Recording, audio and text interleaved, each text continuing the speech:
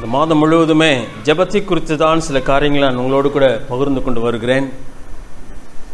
முதல் 3 வாரங்கள் மோசேயினுடைய பரிந்து பேசும் ஜெபம் என்று சொல்லி 3 காரியங்களை 3 வாரங்களே நாம் தியானித்தோம். கடந்த வாரத்திலே நாம் என்ன தியானித்தோம்? இத்தனை பேர் ஞாபகம் இருக்கிறது? யோபுவை பற்றி தியானித்தோம். யோபு அவனுடைய நண்பர்களுக்காக தேவன் ஜெபிக்கும்படியாய் கேட்டுக்கொள்கிறார். எந்த சூழ்நிலையிலே ஆண்டவர் யோபுவை ஜெபிக்கும்படியாக சொன்னார்? நல்ல சூழ்நிலையா, கடினமான சூழ்நிலையா? அவன் உச்சந்தலையிலிருந்து உள்ளங்கால் வரைக்கும் பருக்களாலே நிறைந்த நிலையிலே, பிள்ளைகளை பறிகொடுத்த நிலையிலே, சொத்துக்கள் எல்லாம் போய்விட்ட நிலைமையிலே, மனைவியும் செத்துப்போ என்று சொல்லி அந்த கொடூரமான சூழ்நிலையிலே ஆண்டவர் அவனை பார்த்து சொல்கிறார். நண்பர்களும் அவனை எவ்வளவு தூஷிக்க முடியுமோ அவ்வளவு தூஷித்து விட்டார்கள். இவனும் மிஞ்சி பேசிவிட்டான். இப்பொழுது யோபுவும் பேசி ஆயிற்று.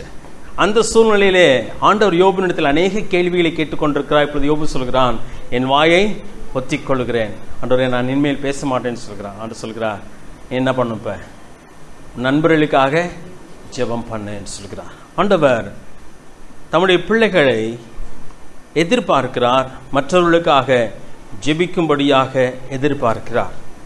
நம்முடைய சூழ்நிலைகள் நன்றாயிருந்தால் நான் ஜெபம் பண்ணுவேன், என் நிலைமையே ரொம்ப பரிதாபமாக இருக்கிறது, நான் எப்படி மற்றவர்களுக்காக ஜெபம் பண்ண முடியும் என்று சொன்னால் இல்லை. அப்படிப்பட்ட சூழ்நிலை தான் தேவன் நம்மை ஜெபிக்கும்படியாக எதிர்பார்க்கிறார். யோபு ஜெபம் பண்ணினான். என்ன நடந்தது?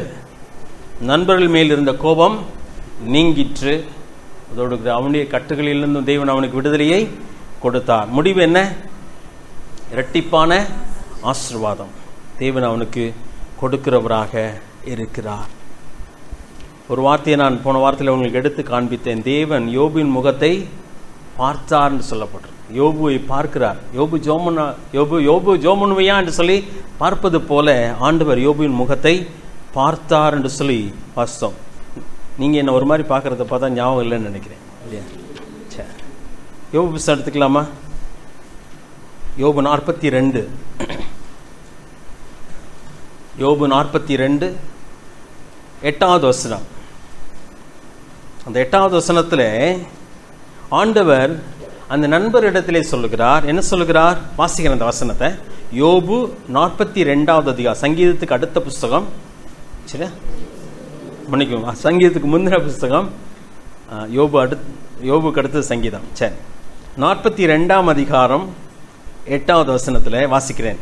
ஆதலால் நீங்கள் 7 காளைகளையும் 7 ஆட்டுக்கடாக்களையும் தெரிந்து கொண்டு என் தாசனாகி யோபினிடத்தில் போய் உங்களுக்காக சர்வாங்க தகன பலிகளை இடுங்கள். என் தாசனாகி யோபு உங்களுக்காக வேண்டுதல் செய்வான், நான் அவன் முகத்தை பார்த்து அப்படி சொல்றேன். அப்புறம் 9ஆம் வசனத்தில் அந்த நண்பர்கள் ஆண்டு சொன்னதெல்லாம் செய்து முடித்து விட்டார்கள். வாசிக்கிறேன் 9ஆம் வசனம். அப்பொழுது தேமானியனாகிய எலிப்பாசும் சூகியனாகிய பில்தாத்தும் நாகமாத்தியனான சோப்பாரும் போய் கர்த்தர் தங்களுக்கு சொன்னபடியே செய்தார்கள். அப்பொழுது கர்த்தர் யோபின் முகத்தை பார்த்தார் என்று சொல்லப்பட்டிருக்கிறது. யோபு முகத்தை பார்க்கிறேன். ஏன்னா யோபு இப்ப என்ன செய்யணும்? அவங்க செஞ்சுட்டாங்க, பலியிட வேண்டியதெல்லாம் பலியிட்டுட்டாங்க. இப்ப யோபு என்ன செய்யணும்? யோபு ஜோமன்னு சொல்லி எதிர்பார்க்கிறார். யோபு ஜோம் பண்ணினா ஆண்டவர் எல்லா காரியத்தையும் செய்கிறார். இப்ப தேவன் நம்ம இல்லாம ஆண்டவரால் எதுவும் செய்ய முடியுமா? முடியாதா? நம்ம தேவையே இல்லை ஆண்டவருக்கு. நாம் இல்லாமல் அவரால் எல்லாம் செய்ய முடியும். ஆனால் நம்மை வைத்துதான் அவர் எல்லாவற்றையும் செய்ய விரும்புகிறார். அது அவருடைய திருவுள்ளம். அதனால்தான் தேவன் நம்மை அவருடைய சாயலிலே படைத்தும் இருக்கிறார். இன்றைக்கு நாம் பார்க்க போகிற பகுதி யாத்திராகமம் 17வது அதிகாரம். யாத்திராகமம் 17வது அதிகாரத்தை நம்முடைய வேதாந்தத்தை திருப்பிக் கொள்ளலாம். மீண்டுமாக மோசே ஏறெடுத்த ஜெபம்தான். ஆனால் என்ன ஜெபம் பண்ணினான் என்பது அங்கே சொல்லப்படவில்லை. மோசே தனிமையாகவும் ஜெபிக்கவில்லை. அவன் ஒரு குரூப்பாக இருந்து, குழுவாக இருந்து இந்த காரியத்தை நிறைவேற்றுகிறார்கள். இதுவரைக்கும் மோசே ஜெபம் பண்ணினதெல்லாம் தனிமையாக நின்று ஜெபம் பண்ணினதாகவே நாம் பார்க்கிறோம். ஆனால் இந்த இடத்துல மோசே தனிமையாக இருக்கவில்லை. ஆனால் மோசே என்ன ஜெபம் பண்ணினான் என்று சொல்லி இந்த இடத்துல சொல்லப்படவும் இல்லை. யாத்திராகமம் 17வது அதிகாரம் 8ஆம் வசனத்திலிருந்து 14ஆம் வசனம் வரைக்கும் நான் வாசிக்கிறேன். கவனியுங்கள். சிலருக்கு நன்றாய் தெரிந்த பகுதி, ஒரு சிலருக்கு புதிதாக இருக்கலாம். என்னால் நன்றாய் கவனிக்க வேண்டும் என்று சொல்லி நான் கேட்டுக்கொள்கிறேன். யாத்திராகமம் 17வது அதிகாரம் 8ஆம் வசனம். அமலேக்கியர் வந்து ரெவிதீமிலே இஸ்ரவேலரோட யுத்தம் பண்ணினார்கள். அப்பொழுது மோசே யோசுவாவை நோக்கி, நீ நமக்காக மனிதரை தெரிந்து கொண்டு புறப்பட்டு அமலேக்கோட யுத்தம் பண்ணு. நாளைக்கு நான் மலை உச்சியில் தேவனுடைய கோலை என் கையில் பிடித்து கொண்டு நிற்பேன் என்றான். யோசுவா தனக்கு மோசே சொன்னபடியே செய்து அமலேக்கோட யுத்தம் பண்ணினான். மோசேயும் ஆரோனும் ஊர் என்பவனும் மலையுச்சியில் ஏறினார்கள். மோசே தன் கையை ஏறெடுத்திருக்கையில் இஸ்ரவேலர் மேற்கொண்டார்கள். அவன் தன் கையை தாழ விடுகையில் அமலேக்கு மேற்கொண்டார்கள். மோசேயின் கைகள் அசந்து போயிற்று. அப்பொழுது அவர்கள் ஒரு கல்லை கொண்டு வந்து அவன் கீழே வைத்தார்கள். அவன் அதன் மேல் உட்கார்ந்தான். ஆரோனும் ஊரும் ஒருவன் ஒரு பக்கத்திலும் ஒருவன் மறுபக்கத்திலும் இருந்து அவன் கைகளை தாங்கினார்கள். இவ்விதமாய் அவன் கைகள் சூரியன் அஸ்தமிக்கும் வரை ஒரே நிலையாயிருந்தது. யோசுவா அமலேக்கையும் அவன் ஜனங்களையும் பட்டயக்கருக்கினாலே முறியடித்தான். பின்பு கர்த்தர் மோசேயை நோக்கி, இதை நினைவு கூறும் பொருட்டு நீ ஒரு புத்தகத்தில் எழுதி யோசுவாவின் செவி கேட்கும்படி வாசி. அமலேக்கை வானத்தின் கீழெங்கும் இராதபடிக்கு நாசம் பண்ணுவேன் என்றார். இஸ்ரவேல் ஜனங்கள் யுத்தம் பண்ணுகிற ஒரு சூழ்நிலை ஏற்படுகிறது. அங்கே அவர்கள் புறப்பட்டு வருகிறார்கள். 14வது அதிகாரத்தில் தான் அவர்கள் அங்கே சிவந்த சமுத்திரத்தை கடந்தார்கள். மகிழ்ச்சியாக அந்த வனாந்தர வழியிலே நடந்து வந்து கொண்டிருக்கிறார்கள். அநேக முறுமுறுப்புகள் இடையில் இருக்கிறது. இந்த இடத்திலே பார்க்கும் பொழுது அமலேக்கியர் வந்து அவர்களோட கூட யுத்தம் பண்ணினார்கள் என்று சொல்லி வாசிக்கிறோம். அமலேக்கியர்கள் யார்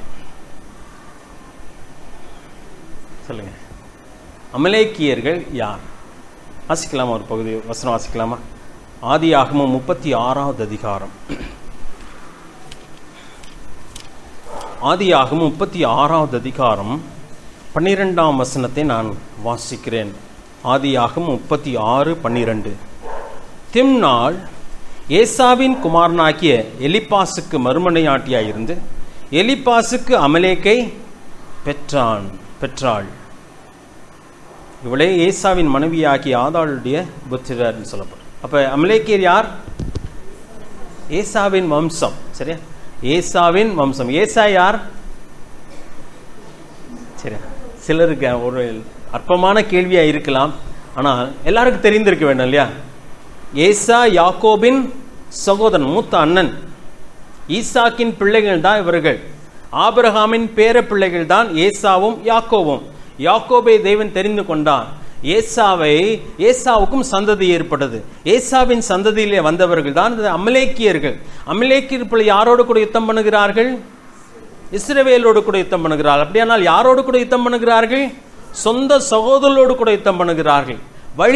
வழிப்பறி கொள்ளையை போல அவர்கள் செய்தார்கள். எப்படிப்பட்ட ஒரு யுத்தத்தை செய்தார்கள் என்பதை பார்க்கலாமா? உபாகமம் 25வது அதிகாரத்தை பாருங்க. அங்கே ஒரு குறிப்பு. மோசே அதை சொல்லிக் கொண்டு வரும்பொழுது இந்த காரியத்தை சொல்லுகிறார். உபாகமம் 25வது அதிகாரம் 18வது வசனத்தை பாருங்கள். 17, 18 வாசிக்கிறேன், கவனிங்கள். உபாகமம் 25, 17, 18 வாசிக்கிறேன்.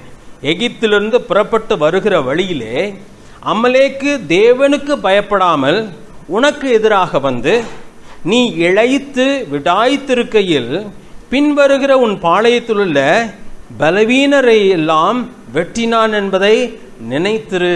சத்ரு கோழ, அவன் நேரா வரல, நேருக்கு நேர் வரவில்லை. எப்படி வருகிறான்? பின்னாடி கூடி வருகிறான். அது மாத்திரம் இல்ல, பின்னாடி மெதுவா நடந்து வராங்க பாருங்களேன், பலன் இல்லாம. அவங்களெல்லாம் வெட்டினான், கொள்ளை அடித்தான்.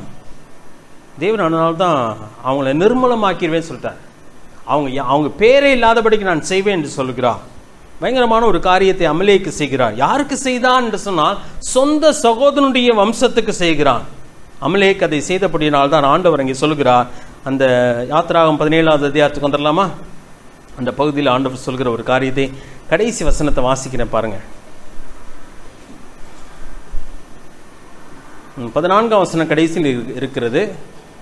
15 மட்டும் வாசிக்கிறேன். அமலேக்கின் கை, 16ஆம் வசனம், அமலேக்கின் கை கர்த்தருடைய சிங்காசனத்துக்கு விரோதமாக இருந்தபடியால் அப்படி சொல்லப்படுறோம். யாருக்கு விரோதமாக இருந்துச்சு? கர்த்தருடைய சிங்காசனத்துக்கு விரோதமா. அப்படின்னா என்ன அர்த்தம்? இஸ்ரவேல் ஜனங்கள் யார்? இஸ்ரவேல் ஜனங்கள் யார்? தேவனால் தெரிந்து கொள்ளப்பட்ட ஜனம், தேவனுடைய ராஜ்யத்தின் புத்திரர். அவங்க என்னுடைய சம்பத்து என்று சொல்லிவிட்டார். தேவன் இந்த உலகத்தில் ஒரு பெரிய திட்டத்தை வைத்திருக்கிறார். ஆபிரகாமை தெரிந்து கொண்ட பொழுது தேவன் சொல்கிறார், உன் மூலமாக பூமியில் உள்ள வம்சங்கள் எல்லாம் ஆசீர்வதிக்கப்படும். தேவனுடைய ராஜ்யத்தை ஸ்தாபிப்பதற்காக தேவனால் தெரிந்து கொள்ளப்பட்ட ஒரு ஜனம்தான் இந்த இஸ்ரவேல் ஜனம். அந்த ஜனத்தை அழிக்கும்படியாக சொந்த சகோதரனை எழுந்து விட்டான். அவர் சொல்கிறார், அமலேக்கியருடைய கை கர்த்தருடைய சிங்காசனத்துக்கு விரோதமாய் இருந்தபடியால் தலைமுறை தலைமுறை தோறும் அவனுக்கு விரோதமாய் கர்த்தரின் யுத்தம் நடக்கும் என்றார். ஒரு நாள் நடக்காது, தலைமுறை தலைமுறைக்கு. 14 வசனத்தை பாருங்க. அது சொல்ல, அந்த 14 வசனத்து கடைசியில அமலேக்கை வானத்தின் கீழெங்கும் இராதபடிக்கு நாசம் பண்ணுவேன் சொல்கிறார். தேவனுடைய பிள்ளைகளுக்கு விரோதமான ஒரு யுத்தம், ஒரு பயங்கரமான யுத்தம். இன்னைக்கு மக்களுக்கு தெரியல. இன்னைக்கு இந்த உலகத்தின் மக்களுக்கு தெரியல யாருக்கு விரோதமாக எழும்புகிறார்கள். இப்போ கிறிஸ்தவங்களை அடித்தா அவங்க என்ன பண்ண மாட்டாங்க, திருப்பி அடிக்க மாட்டாங்க, நல்லா தெரியும். ஒரு கன்னத்தில் அரைஞ்சா இவன் என்ன பண்ணுவான், மறு கன்னத்தையும் நான் அடிச்சுக்கோன்னு சொல்லி கொடுப்பான் என்பது தெரியும். அது பலவீனம் என்று நினைக்கிறாங்க. அப்படி செய்ய சொன்ன ஆண்டவருடைய பலத்தை அவங்களுக்கு தெரியவில்லை. அவர் சொல்லுகிறார், என் ஜனத்தை, என் உங்களை தொடுகிறவர்கள் என் கண்மணியை தொடுகிறார்கள் சொல்கிறார். அவரை தொடுறாங்க, நம்மளை தொடல. யாரை தான் தொடுறாங்க? அவரை தொடுகிறார்கள். அதனால ஆண்டு இன்னைக்கு அதெல்லாம் ஒண்ணுமே செய்யாம இருக்கிறது காரணம், அவர் ஒருவரும் கெட்டு போது அவருடைய சித்தம் அல்ல. அவர் உலகத்தை அழிக்கும்படியாக வரவில்லை, உலகத்தை ரட்சிக்கும்படியாகவே வந்தேன்னு சொல்கிறார். அதனால தான் ஆண்டவர் இன்றைக்கு அமைதலாக இருக்கிறார். நாமும் இன்றைக்கு பொறுமையாக தான் இருக்க வேண்டும். அவர் அழிந்து போக வேண்டும் என்று சொல்லி நாம் எண்ணாதபடிக்கு, நம்மை துன்பப்படுத்துகிறவர்கள் அழிந்து போக வேண்டும் என்று சொல்லி நாம் எண்ணாதபடிக்கு, அவர் ரட்சிக்கப்பட வேண்டும் என்று சொல்லி தேவன் எண்ணுகிறது போல நாமும் எண்ண வேண்டும். தேவன் எதிர்பார்க்கிறார். சரி, இப்பொழுது யாத்திராகமம் 17வது அதிகாரத்துக்கு வரலாம். அங்கே அமலேக்கியர் ரெவிதீமிலே இஸ்ரவேலரோட யுத்தம் பண்ணினார்கள். பிசாசு என்றைக்குமே பின்னாடி கூடி வரவன் தான். சரியா? ஆதாமிட்ட போகாம யார்கிட்ட தான் போனான்? ஏன்னா யாரை விழத்தாட்டலான்னு சொல்லி தெரியும் அவனுக்கு. ஏவாளை விழச் செய்யலாம் என்பது அவனுக்கு தெரியும். அவன் ஒரு கோழை, அது தெரியுமா அவங்களுக்கு? அவன் தைரியசாலி கிடையவே கிடையாது. நம்ம சொல்லுவோம் இல்லையா, நீ உனக்கு தைரியம் இருந்தா நேருக்கு நேர் வா என்று சொல்லுவோம் இல்லையா. நேருக்கு நேராய் வருகிறவன் தைரியசாலி, பின்னாடி வந்து தாக்குகிறவன் கோழை. அவனால் ஜெயிக்க முடியாதுன்னு சொல்லி தெரியும். அதனால தான் ஆண்டவர் சொல்றாரு, அவனுக்கு எதிர்த்து நில் என்று சொல்கிறார். நீ எதிர்த்து நின்றால் அவன் உங்களை விட்டு ஓடி போய் விடுவான். நம்ம நிறைய நேரத்தில் யாருக்கு பயந்துகிட்டு இருக்கோம்? பிசாசுக்கு பயந்து கொண்டிருக்கிறோம். அதுக்கு ஒரு காரணம் என்னன்னா, அவனை என்ன பண்ண முடியல, நம்மளால பார்க்க முடியல. அவன் பிசாசுன்னா அப்படியே பூதம் போல வரும் போல, கால் இருக்காது, அப்படியே மிதந்து வரும் போல அப்படின்னு நினைக்கிறான். அதெல்லாம் ஒண்ணுமே கிடையாது. அவன் சும்மா வெறும் அவன் ஒரு பயந்தாங்கோழி. அவனால் ஒண்ணுமே செய்ய முடியாது என்பது அவனுக்கு நல்லாவே தெரியும். அவன் பின்னாடி கூடிதான் வருகிறவன். சரியா? அதனால தான் எப்பயுமே வேஷம் போட்டுட்டு வருவான். ஏதேன் தோட்டத்தில் என்ன வேஷம் போட்டு வந்தான்? பாம்பு வேஷம். பாம்பு ஒரு நல்ல மிருகம். அந்த 3வது அதிகாரத்தில் பார்த்தீங்கன்னா பாம்பு பற்றி சொல்லப்பட்டிருக்கிறது. அது கெட்ட ஒரு குணம் கிடையாது, அது தேவன் கொடுத்த குணம்தான்.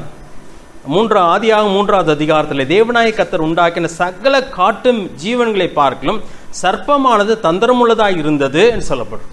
கெட்ட குணமா நல்ல குணமா? அது ஒவ்வொரு மிருகத்துக்கும் ஒரு குணத்தை தேவன் கொடுத்திருந்தா. அதுல சர்ப்பத்துக்கு கொடுத்திருந்த குணம் என்ன? தந்திரம். தந்திரம் என்று சொல்லும் பொழுது அது எளிதா, அதாவது புறாவை போல கபடற்றவர்களாயிருங்கள். இந்த கபடற்றது புறாவுக்குரிய குணம், வினா உள்ளது சர்ப்பத்துக்குரிய குணம். அது தேவன் கொடுத்த குணம், அதுல எந்த தவறும் இல்லை. ஆனால் அந்த குணத்தை எடுத்து பிசாசு என்ன பண்றான்? தன்னுடைய காரியத்தை நிறைவேற்ற பயன்படுத்துகிறான். அதனால தான் பார்த்தீங்கன்னா சொல்லுவாங்க, சின்ன கல்லில் தடுத்து விழ மாட்டோம், பெரிய மலையில தடுத்து விழ மாட்டோம், சின்ன கல்லில் தான் என்ன பண்ணிடுவோம்? தடுத்து விழுந்துருவோம். நம்முடைய பலவீனத்தில் நிறைய நேரத்தில் விழ மாட்டோம், நம்முடைய பலத்துல தான் விழுந்து போய் விடுவோம். நம்முடைய இயலாமையிலே விழுந்து போகிறதில்லை, நம்மால் முடியும் என்று சொல்லி எங்கே எண்ணுகிறோம் அங்கேதான் விழுந்து போவோம். நமக்கு இருக்கிற திறமையிலே தான் அநேக நேரத்தில் தேவனுக்கு விரோதமாய் பாவம் செய்து விடுவோம். பிசாசு அதை தான் செய்கிறான். சரியா? அப்ப சர்ப்பத்துக்கு ஒரு நல்ல குணத்தை தேவன் கொடுத்திருந்தார். தேவன் கொடுத்த குணம் நிச்சயமாய் பாவமான ஒரு குணம் அல்ல அது. ஆனால் பிசாசு அதை தான் என்ன பண்ணிட்டான், எடுத்து பயன்படுத்துகிறான். சரி, அப்ப வேஷம் போட்டு கொண்டு வருகிறான். ஏன் அந்த பாம்பு வேஷம் போட்டு வந்தான்னு சொன்னா, பாம்பு பழக்கப்பட்ட ஒரு மிருகம் யாருக்கு? ஏவாளுக்கு. இது முதல் முறையா பாம்பை பார்க்கல. எத்தனையோ முறம் பாம்போடு கூட இவள் பேசி இருந்திருக்க வேண்டும். அது சாதாரணமாக வழக்கமாய் இங்க இருக்கிற ஒரு மிருகம். அன்றைக்கு வித்தியாசமாய் பேசிட்டு. சரியா? அதனால நம்மோடு கூட பிசாசு யுத்தம் பண்ணிக்கொண்டே தான் இருக்கிறான். நம்மை கவிழ்த்து போடுவதற்காக, தேவனுடைய ராஜ்யத்தின் பிள்ளைகளாக நம்மை விழச் செய்வதற்காக, நம்மை அழிப்பதற்காக பிசாசு எப்பயுமே யுத்தம் பண்ணுகிறான். அவன் எப்படிதான் வருகிறான்? பின்னாடி கூடி வருகிறான், மறைந்து வருகிறான், தந்திரமாக வருகிறான், வேஷம் போட்டு கொண்டு வருகிறான். ஒருவேளை உங்களை ஆண்டவருக்குள்ள வழி நடத்தினவர்களை வைத்தே உங்களை என்ன பண்ணலாம், வெளித்தாட்டவும் செய்ய முடியும். எங்கே நீங்கள் வளர்ந்தீர்களோ அங்கேயே விழவும் முடியும். அப்ப விழுந்த பின்னாடி சர்ப்பம் என்னை வஞ்சித்ததுன்னு சொல்றதுல ஒரு பிரயோஜனமும் இல்லை. விழுவதற்கு முன்பதாகவே எனக்கு விழ வாய்ப்புகள் உண்டு என்று சொல்லி நாம் ஜாக்கிரதையாக இருந்து ஆக வேண்டும். அப்ப இவங்களை விரட்டினது யாருன்னு பாத்தீங்கன்னா சொந்த சகோதரர்கள். இவளை அழிக்க வந்தார்கள். அப்ப அதனால இவங்க என்ன பண்ணினார்கள் என்று சொன்னால் 9ஆம் வசனத்தில் உடனடியாக மோசே ஒரு காரியத்தை இங்கே சொல்லுகிறவனாக காணப்படுகிறான். சரி, இன்றைக்கு சபைக்கு ஏற்படுகிற உபத்திரவமும் வெளியிலிருந்து ஏற்படுகிற உபத்திரவத்தை காட்டிலும் உள்ளே ஏற்படுகிற உபத்திரவம் தான் அதிகம் என்பதை வேதத்தில் நாம் தெளிவாக பார்க்க. ஒரு வசனத்தை மட்டும் வாசிக்கிறேன். அநேக முறை வாசித்திருக்கலாம், ஆனால் அதை நான் எடுத்து காட்ட விரும்புகிறேன். சத்துருடைய தந்திரங்களை நாம் அறிந்திருக்க வேண்டும். அப்போஸ்தலர் நடபடிகள் 20வது அதிகாரம் 28வது வசனத்தை வாசிக்கிறேன் பாருங்கள். பிசாசு எப்படி செய்கிறான்? இந்த கிறிஸ்தவ சமுதாயத்தை வீழ்த்தி கொண்டிருக்கிறான் பிசாசு. RSS வைத்தல்ல, கிறிஸ்தவ ஊழியர்களை வைத்துதான். சரியா? கிறிஸ்தவ ஊழியர்கள் என்ற போர்வையிலே இருக்கிற மனிதர்களை வைத்துதான் கிறிஸ்தவமானது முழுமையாய் திசை திருப்பப்படுகிறது. சரியா? தேவனுடைய வசனம் என்ன சொல்கிறது என்பதை மக்கள் பார்க்க இன்னைக்கு மறந்துவிட்டு தேவனுடைய ஊழியர்களை பின்பற்றுகிறவர்களாய் மாறி போகிறபடினாலே இன்னைக்கு கிறிஸ்தவ சமுதாயமே ஆண்டுடைய வார்த்தையை விட்டு விலகி போகிறது. 20வது அதிகாரம், அப்போஸ்தலர் 20வது அதிகாரம் 29, 30 நான் வாசிக்கிறேன். பவுல் அந்த 28ஆம் வசனம் கடைசியில் பார்த்தீங்க, எச்சரிக்கையாயிருங்கள் என்று சொல்லுகிறார். ஏன் எச்சரிக்கையா இருக்க வேண்டும்? அப்போஸ்தலர் 20, 29 வாசிக்கிறேன். நான் போன பின்பு மந்தையை தப்ப விடாத கொடிதான ஓநாய்கள் உங்களுக்குள்ளே வரும் என்று சொல்கிறார். உங்களிலும் சிலர் எழும்பி சீஷர்களை தங்களிடத்தில் இழுத்துக் கொள்ளும்படியாக மாறுபாடானவைகளை போதிப்பார்கள் என்று அறிந்திருக்கிறேன். பாத்தீங்கன்னா, கொடிதான ஓநாய்கள் எழும்புமாம். எங்க இருந்து தான் எழும்புமாம்? குஜராத்தில் இருந்து கிடையாது. எங்க இருந்தா எழும்பும்? சபைக்குள்ளேருந்தே எழுப்புவான். அதனால்தான் நம்மளோட இருந்தவங்க, நம்மோடு கூட மிக நெருங்கினவர்கள், நம்மோடு கூட பழகினவர்கள், நம்முடைய நண்பர்களாக இருக்கலாம், அவங்கள கொண்டுதான் பெரிய அழிவை அவன் கொண்டு வர முயற்சி எடுப்பான். அதுல நம்ம ஜாக்கிரதையா இருக்கணுமா, இருக்க வேண்டாமா? ஜாக்கிரதையாக இருக்க வேண்டும். நம்ம விழுந்து போகாதபடிக்கு ஜாக்கிரதையா இருந்துதான் ஆக வேண்டும். அப்பதான் அவன் ஈஸியா வேலை செய்ய முடியும். பிசாசு எப்பயுமே அப்படி செய்கிறவன் தான். ஏதேன் தோட்டத்தில் அதை தான் செய்தான். பழக்கப்பட்ட பாம்பை பயன்படுத்தினான். ஏவாளை, ஆதாமை விளைச்சுவதற்காக கூட இருந்த ஏவாளை பயன்படுத்தி விட்டான். ஏவாள் ஆதாம் பின்பதாய் சொல்கிறான், நீர் கொடுத்த ஸ்திரீ தான் ஆண்டவரை என்னை விளை செஞ்சுட்டான் சொல்றான். ஏவாள் சொல்கிறார், இந்த சர்ப்பம் என்னை வஞ்சித்து விட்டது என்று சொல்கிறார். கூட இருந்தவர்களாலே வஞ்சிக்கப்பட்ட மக்கள் ஏராளமான பேராக இருக்கிறார்கள். இதெல்லாமே பிசாசனுடைய வஞ்சனையாக இருக்கிறது. இங்கே அமலேக்கியர்களை வைத்து யுத்தம் பண்ணி யூதர்களை அழிக்கத்தக்கதாக பெரிய திட்டத்தை அவன் போட்ட பொழுது அமலேக்கியர்களோடு கூட அவர்கள் உடன்படிக்கை பண்ணவில்லை. என்ன பண்றாங்க பாருங்களேன், யுத்தத்தை ஆரம்பிக்கிறார்கள். 9ஆம் வசனத்துக்கு போலாமா? யாத்திராகமம் 17வது அதிகாரம் 9வது வசனம். அப்பொழுது மோசே யோசுவாவை நோக்கி, நீ நமக்கு மனுஷரை தெரிந்து கொண்டு புறப்பட்டு அமலேக்கோட யுத்தம் பண்ணு. நாளைக்கு நான் மலையுச்சியில் தேவனுடைய கோலை என் கையில் பிடித்து கொண்டு நிற்பேன் என்றான். 2 காரியத்தை பற்றி இந்த இடத்துல பேசப்படுகிற இந்த வசனத்தில் 9ஆம் வசனத்தின் முதல் பகுதியை சொல்கிறார், யோசுவாவை நோக்கி சொல்கிறார், நீ என்ன பண்ணு, நமக்காக மனிதரை தெரிந்து கொண்டு புறப்பட்டு அமலேக்கோட யுத்தம் பண்ணு என்று சொல்கிறார். இதை பற்றி நான் படிச்சுட்டு இருந்தப்ப யோசித்த ஒரு காரியம் என்னன்னு சொன்னா, யாத்திராகம் 14ஆம் அதிகாரத்தில் 14ஆம் வசனத்திலே கர்த்தர் என்ன சொல்கிறார், மோசே என்ன சொல்கிறார், கர்த்தர் உங்களுக்காக யுத்தம் பண்ணுவார், நீங்கள் சும்மா இருப்பீர்கள். ஆனா இங்க என்ன பண்ணணும்னு சொல்றார் மோசே சொல்கிறது காரியம், யுத்தம் பண்ண வேண்டும். ஒருவேளை அதை பற்றி யோசித்து பார்க்கும்போது அது தேவன் இஸ்ரவேலை மீட்டு வெளியே கொண்டு வருவதற்காக அவரே எல்லா காரியத்தையும் செய்து முடித்தார். நம்முடைய ரட்சிப்புக்காக யுத்தம் பண்ணினது கர்த்தர், நாம் அல்ல. நம்மை வெளியே கொண்டு வருவதற்காக தேவன் எல்லாவற்றையும் செய்து விட்டார். ஆனால் கிறிஸ்தவ வாழ்க்கையிலே தொடர்ந்து செல்ல வேண்டும் என்று சொன்னால் யார் தான் யுத்தம் பண்ணி ஆகணும்? நானும் நீங்களும் தான் யுத்தம் பண்ணி ஆக வேண்டும். யுத்தம் பண்றதுன்னா பட்டயத்தை எடுத்து வீசுறது கிடையாது, சரியா? கிறிஸ்தவ வாழ்க்கையில பிசாசுக்கு எதிர்த்து நிற்க வேண்டும். அப்பொழுது அவன் உங்களை விட்டு ஓடி போவான். பிசாசு யாருன்னு சொல்லி தான் பார்த்தோம். பிசாசு நிச்சயமா கொம்பு வைத்து கண்ணம் கரையறுன்ட்டு அப்படிலாம் வரப்போறது கிடையாது. எப்படிதான் வருவான்? சரி, எப்படி அடையாளம் கண்டு கொள்வது கொஞ்சம் சொல்லுங்களேன். இதுக்கு மாறாக யாராவது பேசினாங்கன்னா அவங்க யாரு தான்? போன வாரம் நான் ஒரு காரியத்தை சொன்னேன். ஏசுசாமி என்ன சொன்னாரு? போன வாரம் தான் பேசினேன் இல்லையா? ஆமா, பேதுருவை பார்த்து என்ன சொல்லிட்டாரு? என் பின்னாக போ சாத்தானேன்னு சொல்லிட்டாரு. பேதுரு சாத்தானா? அப்பதாங்க ஏசுசாமியை பத்தி தேவனுடைய குமார்னு சொல்லி அறிக்கையிட்டான். அப்பதான் ஆண்டவர் அப்பதான் சொல்லி முடிக்கிறார், மாம்சமும் ரத்தமும் உனக்கு இதை வெளிப்படுத்தவில்லை, பிதாவை பரலோகத்தில் இருக்கிற என் பிதாவை இதை உனக்கு வெளிப்படுத்தி இருக்கிறான் சொல்லி அவனை பாராட்டி முடிக்க அடுத்த நிமிஷத்துல பிசாசு அவனை என்ன பண்ணிட்டான்? தாங்கையில் எடுத்து ஆண்டவரை சிலுவைக்கு போகாதபடிக்கு தடை செய்யத்தக்கதாக ஆலோசனை கொடுக்கிறான். யாரை கொண்டும் பிசாசு உங்களிடத்துல வர முடியும். அவன் அவ்வளவு தந்திரசாலி. இப்ப நம்ம தான் என்ன பண்ணணும்? ஜாக்கிரதையா இருந்தாகணும். எது தேவனுடைய சித்தம், எது தேவனுடைய சித்தம் அல்ல என்பதை தெள்ள தெளிவாகி பிரித்து பார்க்கக்கூடிய தன்மை நமக்கு வேண்டும்.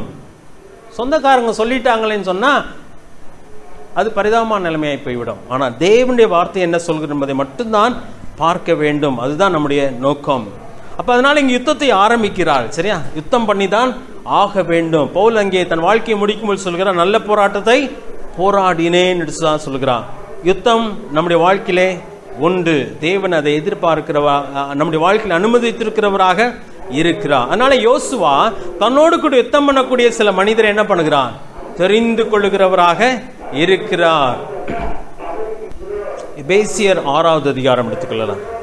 எபேசியர் 6வது அதிகாரத்திலே ஆண்டவர் அங்கே நமக்கு தெள்ள தெளிவாய் சொல்கிற ஒரு காரியம், நமக்கு யுத்தம் உண்டு. ஆனால் அந்த யுத்தம் எப்படிப்பட்ட யுத்தமாம்?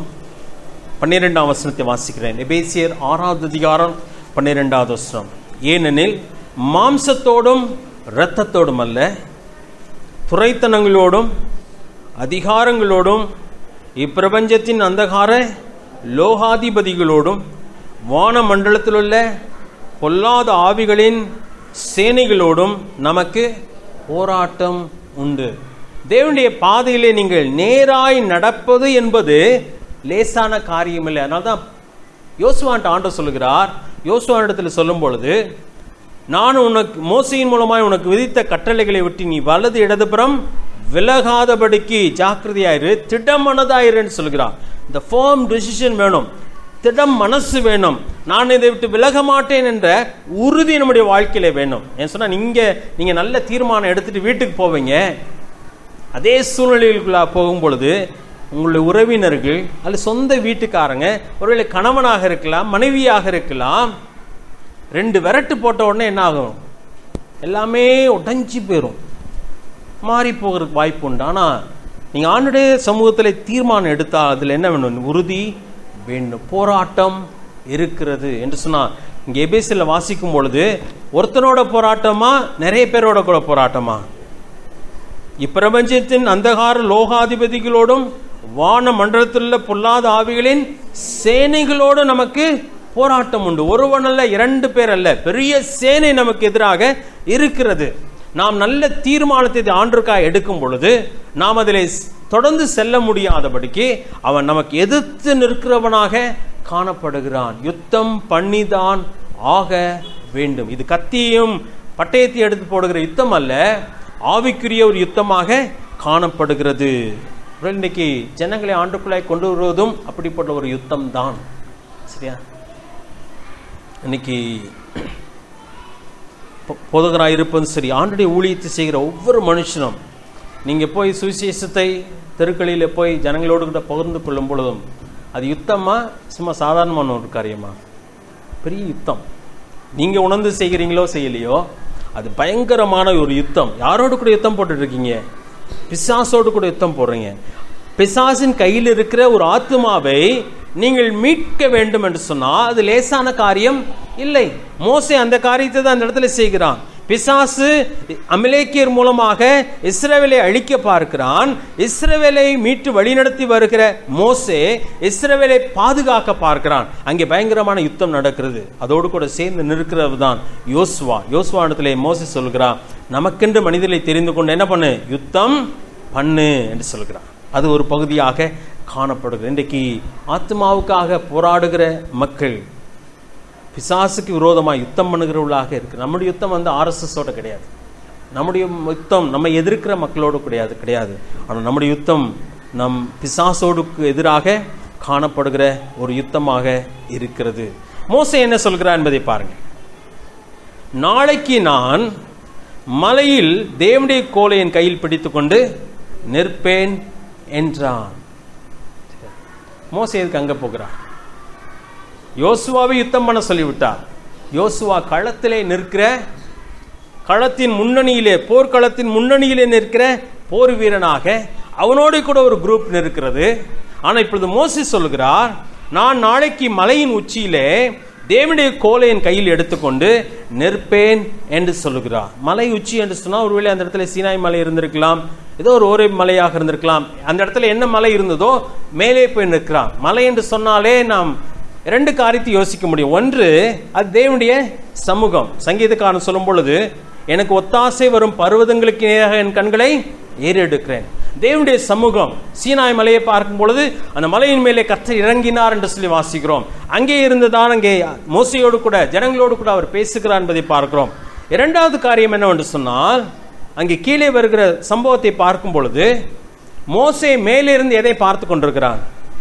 யுத்தம் நடக்கிறதை தெளிவாக முழுமையாய் பார்த்து கொண்டே இருக்கிறான். அதை பார்த்துதான் கையை கீழே போடும்போது இஸ்ரவேல் தோற்று போறாங்க. கையை தூக்கும் போது இஸ்ரவேல் ஜெயிக்கிறாங்க. ஆஹா, கையை கீழே போடும்போது யார் தோக்குறா? இஸ்ரவேல் தோக்குறாங்க சொன்னோடனே கையை தூக்கி கொண்டே இருக்கிறான்.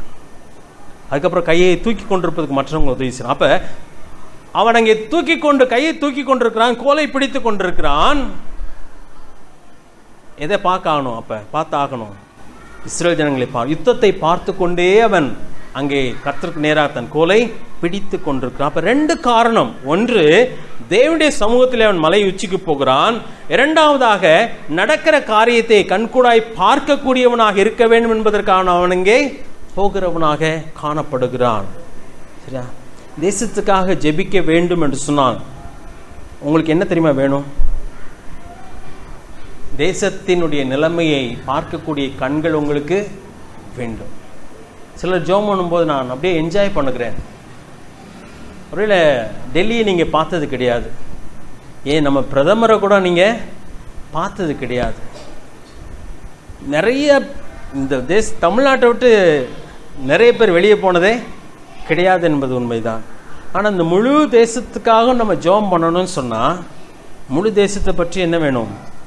பார்வை வேண்டும். அந்த பார்வை யார் தான் உங்களுக்கு கொடுக்க முடியும்னு நினைக்கிறீங்க? தேவன் தான் கொடுக்க முடியும். உங்க கையில் சில புத்தகம் கொடுத்துருக்கேன், சில பாயிண்ட்ஸ் எல்லாம் கொடுத்துருக்கேன் என்பது உண்மைதான். ஆனால் நீங்கள் ஜெபம் பண்ணுகிற சில காரியங்களை பார்க்கும் பொழுது நான் சந்தோஷப்படுகிறேன். அதற்காக உண்மையான பாரத்தோடு கூட ஜெபம் பண்ணுகிற ஒரு காரியம். தேவனுடைய சமூகத்தில் நீங்கள் போய் நிற்கும் பொழுதுதான் அந்த உண்மையான பாரம் யாருக்கு கிடைக்கும்? உங்களுக்கு கிடைக்கும். நீங்கள் போய் டெல்லியை பார்த்துட்டு வரணும்னு சொல்லி அவசியம் இல்லை. நிறைய காரியத்தை நீங்கள் பார்த்து விட்டு தான் ஜெபம்னு சொல்லி அவசியம் இல்லை. நான் ஒரு முறை மிஷனரியாய் நான் போன புதுசில் தியோடர் சீனிவாசன் அவர்களிடத்தில் கேட்ட ஒரு கேள்வி என்ன சொன்னா, பார்க்காத ஒண்ணுக்காக நான் எப்படி ஜெபம் பண்ண முடியும்னு சொல்லி கேட்டேன். அப்ப நான் வாலிபன் ஆயிருந்தேன். பார்க்காத ஒரு காரியத்துக்காக நான் எப்படி ஜெபம் பண்றது? அன்றைக்கு எனக்கு விளங்கவில்லை என்பது உண்மைதான். ஆனா ஜெபம் பண்ண முடியுமா முடியாதா? முடியும். நீங்கள் ஆண்டவருடைய சமூகத்திலே போய் உட்காருங்கள். ஆண்டவருடைய சமூகத்திலே போய் உட்கார்ந்து ஜனத்துக்காக ஜெபிக்க ஆரம்பியுங்கள். ஜெபம் பண்ண முடியுமா முடியாதா? முடியுங்க.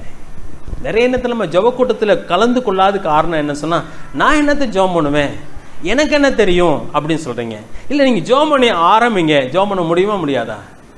மலை உச்சிக்கு அவன் போனதுக்கு ஒரு காரணம் என்ன சொன்னா, அது ஆண்டவருடைய சமூகம். இரண்டாவது காரணம்னா, அவன் மலை உச்சியிலிருந்து அவன் எதை பார்க்க வேண்டும்? ஜனத்தினுடைய நிலைமையை பார்க்க வேண்டும். ஜனத்தினுடைய நிலைமையை அவன் பார்க்காது இருந்திருப்பான் என்று சொன்னா, அவன் என்ன பண்ணிருப்பான்? ஐயோ கை வலிச்சிருச்சேன்னு சொல்லி கீழே போட்டிருப்பான். இப்பயும் முதல்ல கையை வலிச்சிருச்சு சொல்லி என்ன பண்ணிவிட்டான்? கீழே இறக்கினான். அப்புறம் ஜனத்தை பார்க்கிறான். ஜனம் தோற்று கொண்டிருக்கிறது. ஆனாலே மறுபடியும் கையை உயர்த்துகிறான், கோலை உயர்த்துகிறான். தளர்ந்து போகிறது. 2 பேர் அவனுக்கு உதவி செய்யவும் இருக்கிறார். அப்ப தேவனுடைய சமூகத்திலே போய் அமர்ந்திருந்து ஜனத்திற்காக ஜெபிக்கக்கூடிய ஒரு கூட்டம் வேண்டும். வேணுமா வேண்டாமா? யோசுவாவோடு கூட நிற்கிற ஒரு கூட்டத்தை பார்க்கிறோம். யோசுவா படை தலைவனாக இருக்கிறான். அவனோடு கூட சில நபர்களை, யுத்தம் பண்ணக்கூடிய நல்ல நபர்களை, யாரை எடுத்துக்கொண்டு போயிருப்பான்? எத்தனை வயசு இருந்திருக்கும் அவங்களுக்கு யுத்தம் பண்ணுகிறதுக்கு?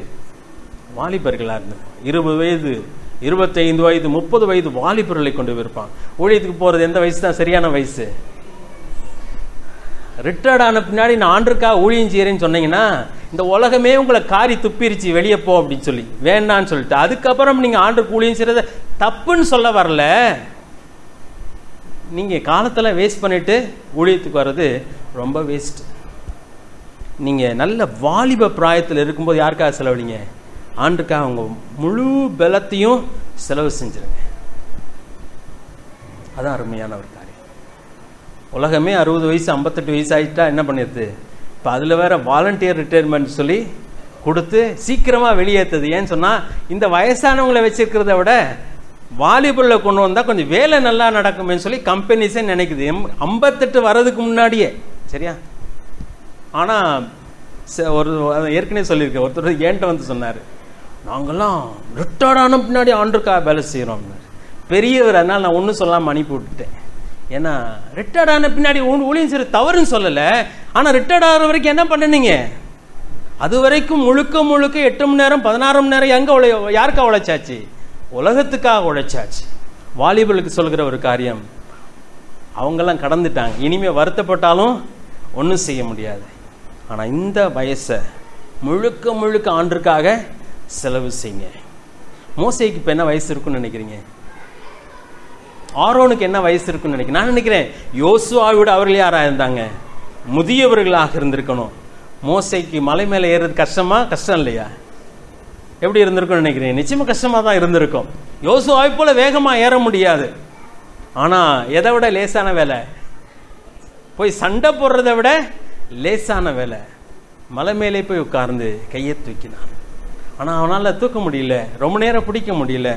வாசிக்கலாமா? கீழே போகலாமா? 10வது வசனத்துக்கு வரலாம்.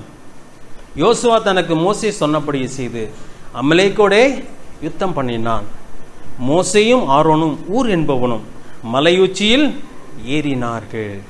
3 பேரோட கூட போகிறான் மோசே ஆரோன். மோசையோட மூத்தவராக இருக்கிறார். ஊர் என்பவனை பார்க்கும். அவருடைய வயசு என்ன என்பது நமக்கு தெரியவில்லை. மோசைக்கு இப்போ என்ன வயசு இருக்குன்னு நீங்க நினைக்கிறீங்க? கால்குலேட் பண்ணுங்களேன். அரண்மனையில் அவனுக்கு 40 வயசாயிருச்சு. ஆடு மேய்ச்சிட்டு இருக்கிறப்ப அடுத்த 40 வயசாயிருச்சு.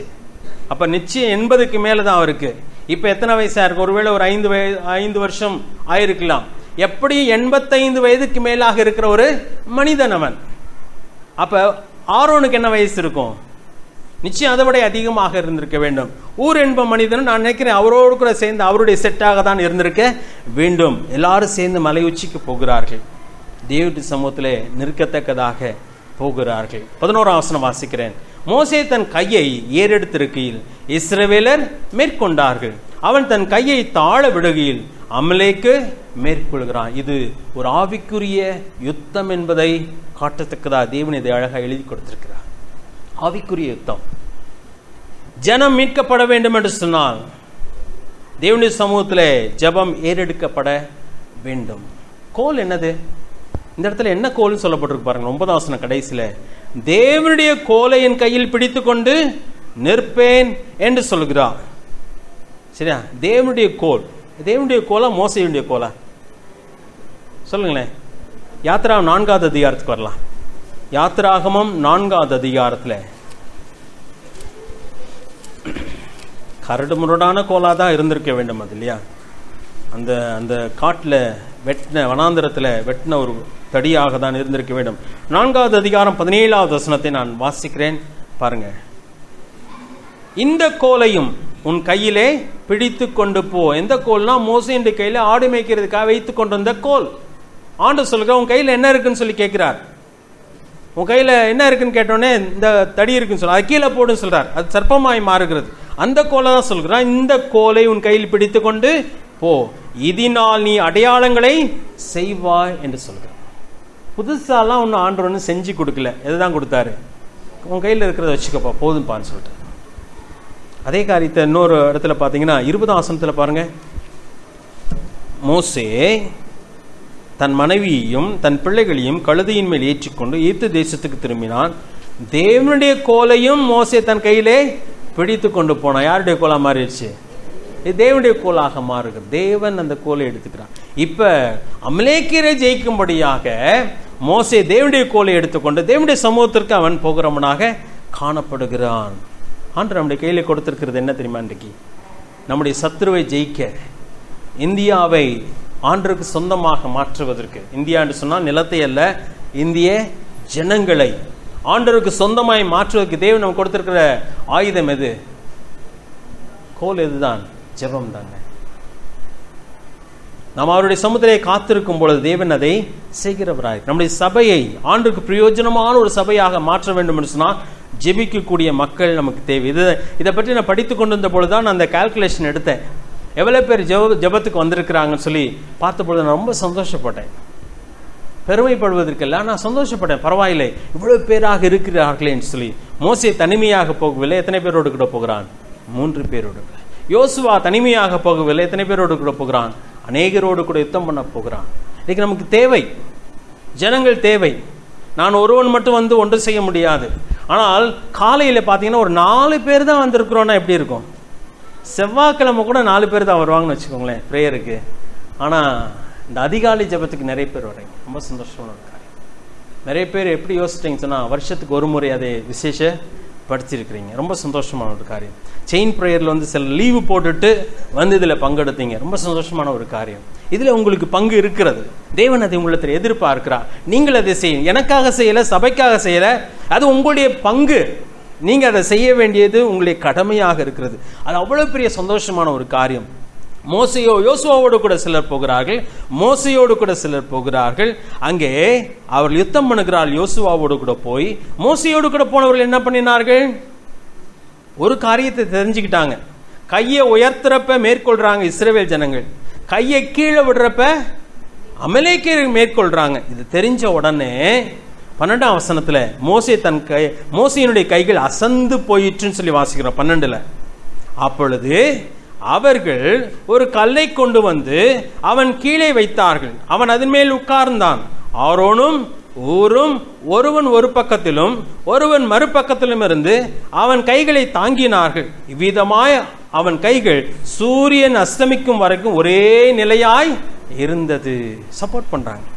அதான் நான் சொன்னேன், ஒரு ஆள் 2 பேர் இல்லை, நம்ம எல்லாரும் சேர்ந்து ஆண்டு சமத்தில் வரும் பொழுது அது அற்புதமான ஒரு பலனாக மாறுகிறது. இது மந்திரம் இல்லைங்க, தேவன் நம்மிடத்தில் எதிர்பார்க்கிற ஒரு முக்கியமான ஒரு காரியம். ஏன்னா நம்முடைய யுத்தமானது மனுஷனோடு அல்ல, மாம்சத்தோடு கூட அல்ல, இரத்தத்தோடும் அல்ல, இப்பிரபஞ்சத்தினுடைய அந்தகார லோகாதிபதியோடு கூட, ஆகாய மண்டலத்தில் உள்ள பொல்லாத ஆவிகளின் சேனியோடு கூட இருக்கிறது. அதனால தான் ஆண்டு சொல்கிறார் சில இடத்துல, இந்த ஆவிகள் உபவாசத்தினாலே அல்லாமல் வேறொன்றாலும் புறப்பட்டு போகாது என்று சொல்கிறார். தேவனுடைய சமூகத்திலே காத்திருக்கிற மக்கள் இருக்கும் பொழுது தேவன் அங்கே பெரிய வெற்றியை கொண்டு வருகிறவராக இருக்கிறார். அங்கே சேர்ந்து செயல்படுகிற ஒரு அற்புதமான காரியம், தன் கையை அங்கே ஏறெடுக்கிற ஒரு காரியம். சோர்வு வருமா வராதா? சோர்வு வரும். ஆனால் அதனால தான் சோர்ந்து போகாமல் ஜெபம் பண்ண சொல்லி தெசலோனிக்கேயர் 1 தெசலோனிக்கேயர் 5வது அதிகாரம் 17ஆம் வசனத்தில் ஆண்டவர் அங்கே சொல்லுகிற ஒரு காரியம், விடாமல் ஜெபம் பண்ண வேண்டும் சொல்கிறார். 1 தெசலோனிக்கேயர் 5வது அதிகாரம் 17ஆவது வசனம்.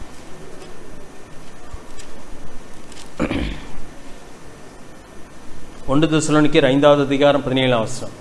இடைவிடாமல் ஜெபம் பண்ணுங்க. இடைவிடாமல் என்று சொல்லும்போது சோர்ந்து போகாமல், லூக்கா 17:18வது அதிகாரத்தில் பார்க்கும் பொழுது சோர்ந்து போகாமல் ஜெபம் பண்ணுவதற்காக ஆண்டவர் அங்கே ஒரு உவமையை சொல்லுகிறவராக இருக்கிறார். சோர்ந்து போகாமல் எப்பொழுதும் ஜெபம் பண்ண வேண்டும். பாதியிலே விட்டுவிட வேண்டாம். சோர்வு வரதான் செய்யும். ஆனால் ஒருவருக்கொருவர் உற்சாகப்படுத்தி நாம் அதை செய்யும் பொழுது தேவன் நம்முடைய வாழ்க்கையில பெரிய காரியங்களை கொண்டு வருகிறவராக இருக்கிறார். அதுக்காக தான் அங்கே 3 பேர். சரியா? நான் இதை படிச்சுட்டு இருந்தப்ப இன்னொரு காரியத்தை யோசித்தேன். இயேசு கிறிஸ்து கெத்சேமனே தோட்டத்துக்கு போகும் பொழுது எத்தனை பேரை கூட்டிட்டு போனாரு? எத்தனை பேர் என்பதல்ல, ஆனால் அவருக்கு நெருக்கமான அந்த 3 பேர் என்ன பண்றாரு? கூட்டிட்டு போறாரு. பேதுரு, யோவான், யாக்கோபு. அப்ப ஆண்டவர் சீஷர்களை பார்த்து என்ன கேட்டாரு? என்னோடு கூட 1 மணி நேரம் விழித்திருங்கன்னு சொல்கிறார். ஆனா அவர் அங்க போய் ஜெபம் பண்ணிட்டு இருக்கிறார். இவங்க என்ன பண்ணிட்டாங்க? தூங்கிட்டாங்க. ஆண்டு திரும்பி வந்து பார்க்கும்போது சொல்லுகிறார், என்னோடு கூட 1 மணி நேரமாவது விழித்திருக்க கூடாதா என்று சொல்லி. ஆனா இவங்க தூங்கிட்டாங்க. ஆண்டுடைய வேர்வை ரத்தத்தின் பெருந்துளிகளாக பூமியிலே விழுந்தது. அப்ப அவர் நிச்சயமாய் சோர்ந்து இருக்க வேண்டும். என்ன வியாகுலப்படுகிறார். அப்ப என்ன நடந்துச்சுன்னு விதத்தில் வாசிக்கிறோம். தேவ தூதர்கள் அவருக்கு பணிவிடை செய்தார்கள். மனிதர்கள் ஆண்டு சொல்கிறான், ஆவியோ உற்சாகம் உள்ளது, மாம்சமோ பலவீனம் உள்ளது. உண்மைதான், சோர்வுகள் வருவது இயற்கையான காரியம். அதை ஆண்டவர் அந்த இடத்துல அவங்கள ரொம்ப கடிந்து கொள்ளல. என்னோடு கூட விழித்திருக்க கூடாதான்னு சொல்லி ஆண்டவர் கேட்கிறார். அப்ப அவர் வியாகுலப்படுகிற வேளையில யார் போய் தாங்கி இருந்திருக்கணும்? சீஷர்கள் போய் தாங்கி இருந்திருக்கணும். அவரை பிடித்து அவரோடு கூட சேர்ந்து நின்றிருந்திருக்க வேண்டும். ஆனா அதெல்லாம் அவங்களுக்கு விளங்கவே இல்லை. அந்த நேரத்தில் அவங்களுக்கு என்ன நடந்துட்டு இருக்குது, ஏன் இயேசுவானவர் இப்படியெல்லாம் செய்து கொண்டிருக்கிறார், ஏன் வியாகுலப்படுகிறார் என்பது அவங்களுக்கு கொஞ்சம் கூட புரியாததுனால என்ன பண்ணல, அதில் அவருக்கு உதவி செய்யவே இல்லை. ஆனால் நம்முடைய வாழ்க்கை அப்படி இல்லைங்க. சீஷர்கள் அன்றைக்கு ஆரம்ப கட்டத்தில் இருந்தாங்க. அவங்களுக்கு என்ன நடக்கிறது என்பதை விளங்கவில்லை. ஆனால் எனக்கு உங்களுக்கு விளங்கலன்னு சொல்ல முடியாது. தேசத்தின் நிலைமை தெரியுமா தெரியாதா? நம்ம யாரோடு கூட யுத்தம் பண்ணி கொண்டிருக்கிறோம் தெரியுமா தெரியாதா? ஜெபம் வேண்டும் என்பது தெரியும். ஒருவேளை மோசையை போல தேவனுடைய சமூகத்திலே போய் நாம் நிற்கும் பொழுது தேசத்தினுடைய உண்மையான நிலைமையை நம்மால் பார்க்க முடியும். ஆண்டுடைய சமூகத்தில் நீங்க வரலன்னு வச்சுக்கோங்க, தேசத்தினுடைய உண்மையான நிலைமை உங்களால் விளங்கிக் கொள்ளவே முடியாது. நானும் பிரின்ஸும் பேசி கொண்டு வந்தப்ப ஜனங்கள் எப்படியெல்லாம் ஜெபம் பண்றாங்க, அதான் நீங்க ஜெபம் பண்ற காரியத்தை பத்தி நாங்கள் 2 பேரும் பேசிட்டு இருக்கப்ப அது உள்ளே இருந்து வருகிறது, தானாக வருகிறது. நீங்களும் கற்று தேர்ந்தவர்கள் அல்ல. எங்கே இருந்து அந்த கருத்துக்கள் வருகிறது என்று சொன்னா அது ஆண்டவர் கொடுக்கிற ஒரு அறிவு, தேவன் கொடுக்கிற ஒரு ஞானம். ஏன்னு சொன்னா நம்ம எப்படி ஜெபம் பண்ணுவோம்னு சொல்லி தெரியாது இருக்கும் பொழுது ஆவியானவர் தாமே நம்மோடு கூட சேர்ந்து, நம்முடைய ஆவியோடு கூட சேர்ந்து பெருமூச்சுகளோடு கூட நமக்காக வேண்டுதல் செய்கிறார். அவர் நமக்கு உதவி செய்கிறவராக இருக்கிறார். ஜெபிக்கத்தக்கதாய் பலன் கொடுக்கிறார். தேசத்தினுடைய உண்மையான நிலைமையை பார்க்க நமக்கு அறிவு கொடுக்கிறார். உண்மையான தேவையை அவர் உணரத்தக்கதாய் கிருபை கொடுக்கிறார். ஆனா நீங்க ஆண்டவருடைய சமூகத்திலே வராத பட்சத்துல உங்களால் என்ன பண்ண முடியாது, செய்ய முடியாது. தனி ஜெபம் நல்லதுதான், இல்லை என்று சொல்லல, தேவை இல்லை என்று சொல்லவில்லை, தேவைதான். ஆனா எதுவும் முக்கியம், அந்த சேர்ந்து ஜெபிக்கிற ஜெபம், ஒருவர் தாங்கி ஏந்தி ஜெபிக்கிற ஜெபம். அது ஒருவர் ஜெபிக்கும் பொழுது மற்றவருக்கும் அந்த பாரத்தை தேவன் குட்டி வழங்குகிறார். அந்த ஜெபம் ரொம்ப அவசியமான ஒரு காரியம். அதுதான் இந்த இடத்துல வாசிக்கிறோம். என்ன நடந்தது? 13ஆம் வசனத்தை பாருங்க. 12ஆம் வசனத்தில் வாசித்தோம். சூரியன் அஸ்தமிக்கும் வரையும் ஒரே நிலையாக இருந்தது அவனுடைய கை. தொடர்ந்து ஜெபம் பண்ணுகிறாங்க, காலையிலிருந்து மாலை வரைக்கும். அப்படியே அவனுடைய கை இறங்காதபடிக்கு 3 பேரும் சேர்ந்து அங்கே காரியங்களை செய்கிறாங்க. 13ஆம் வசனத்தில் யோசுவா அமலேக்கியும் அவன் ஜனங்களையும் பட்டய கருக்கினாலே முறியடித்தான். அமலேக்கியர் முறியடிக்கப்படுகிறார்கள், இஸ்ரேல் ஜனங்கள் வெற்றி பெறுகிறார்கள்.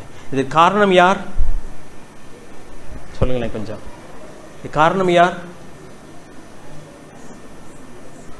மோசே, யோசுவா. சரியா? மோசையோடு கூட நின்றது ஆரோன், ஊர் என்பவன். யோசுவாவோடு கூட நின்றது நல்ல திடகாத்தமான அருமையான வாலிபர்களாக தேசத்துக்காய் வைராக்கியம் பாராட்டுகிற சில மனிதர்கள்.